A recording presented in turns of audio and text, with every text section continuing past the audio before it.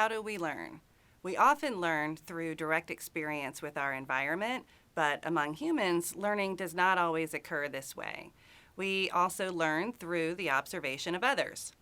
Observational learning is the process of observing and imitating a specific behavior, which is often called modeling. At this point, you have already learned about Albert Bandura's classic study on aggression in young children. So you are aware that we have known for decades that aggression can be learned by observing aggressive acts in others.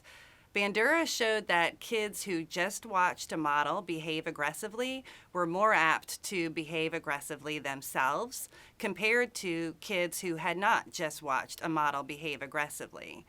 Furthermore, these children were more attracted to guns and other weapons after watching media with aggressive content than control groups. Now, there are several factors that affect the probability of imitation of a model. One is whether or not the person possesses the motor reproduction processes necessary to complete the action. Take something like juggling 3 balls. You can learn through observation in the abstract sense, but have to practice to perform the series of movements in a coordinated way. Learning a dance routine is another example. Another factor that affects the probability of imitation of a model are the characteristics of the model. One aspect of the model that affects imitation is the model's nurturance. One research study had nursery school kids interact with a woman who was either nurturing, she was affectionate and attentive with the children, or non-nurturing, she was very aloof and kind of cold. Days later, the children were asked to play a game with the woman where she made several distinctive gestures and verbalizations. For example, she might say like, A-okay, and do that, or say, all right, while giving the thumbs up sign. Kids in the nurturing condition imitated her behaviors significantly more often than kids in the control group, demonstrating that the characteristics of nurturance can be a key factor when it comes to imitation. Another aspect of the model is whether or not the model is a powerful figure in the child's life. Teachers and parents are both powerful figures in kids' lives. Similar to the study I just described, another study had nursery school kids meet a woman who was supposedly their new teacher, meaning they'd be seeing a lot of her, or they were told that she was a visiting teacher and, in other words, would not see her ever again. Does anyone remember how they treated substitute teachers when they were younger? Well, results showed that those in the first group imitated her mannerisms and behavior more so than the substitute teacher condition, demonstrating that powerful figures are more apt to be imitated than others. Interestingly, we are not usually aware of the influence of models and situations we encounter on our own behavior. I find that whenever I discuss the research on the effects of media violence on our behavior, I encounter a lot of resistance. People don't want to believe that aggression that we are exposed to affects us. But hundreds of studies have been conducted on the topic of media violence, so we can't begin to cover all of them here, but the most parsimonious conclusion, based on hundreds of studies with slightly varying questions, designs, and measurement techniques, would be that media violence causes significant increases in human aggression. This is true whether we are measuring aggressive thoughts, aggressive emotions, or actual levels of physical aggression. Correlational studies link viewing violence with violent behavior, but of course, by themselves, this doesn't establish which came first. Did viewing the violent media come first? Well, longitudinal studies have examined both aggression and the amount of TV violence kids watched in 3rd grade and measured these same kids again 10 years later. Results showed that those who watched a lot of violence at 8 years old were more aggressive when older than those who did not. Furthermore, baseline levels of aggression when they were young did not predict levels of media violence they watched as adults, indicating that watching the violent media came first. Now, this type of finding just leads to many more questions. We know that the correlation between violent TV viewing and aggression is strongest for young boys who identify with the characters, as opposed to when kids don't identify with the characters.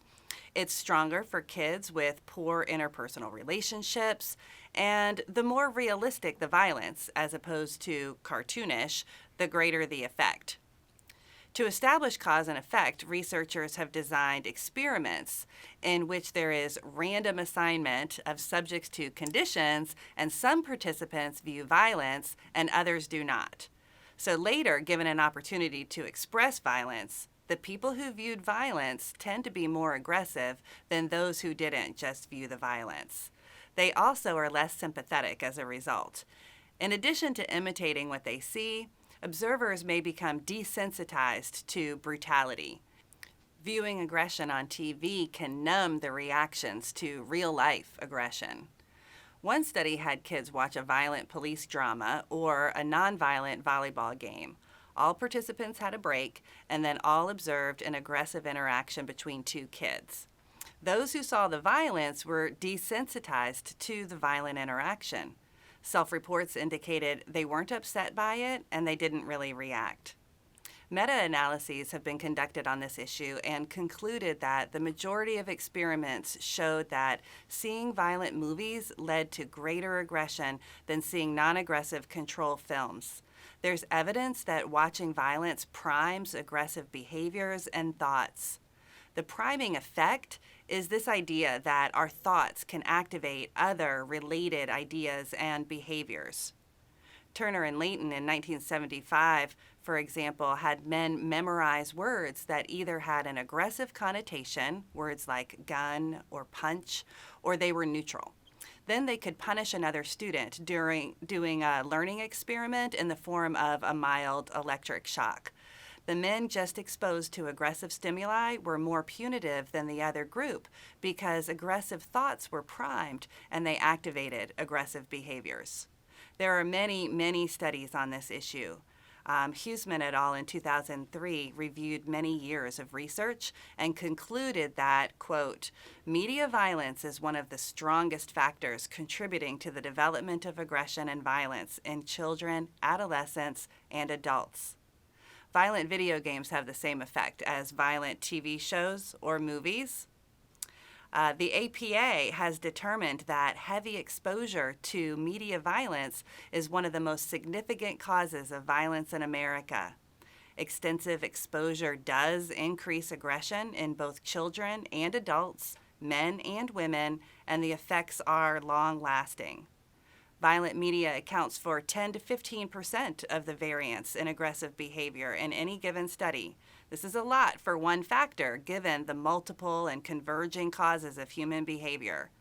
This explains why most people who watch violence don't become violent.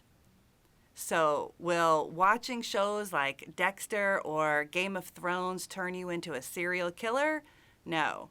There are also protective factors to consider, such as positive parenting, but watching these shows or playing many hours of first-person shooter games, they will increase your aggressive thoughts and feelings and make you more prone to either verbal or physical acts of aggression.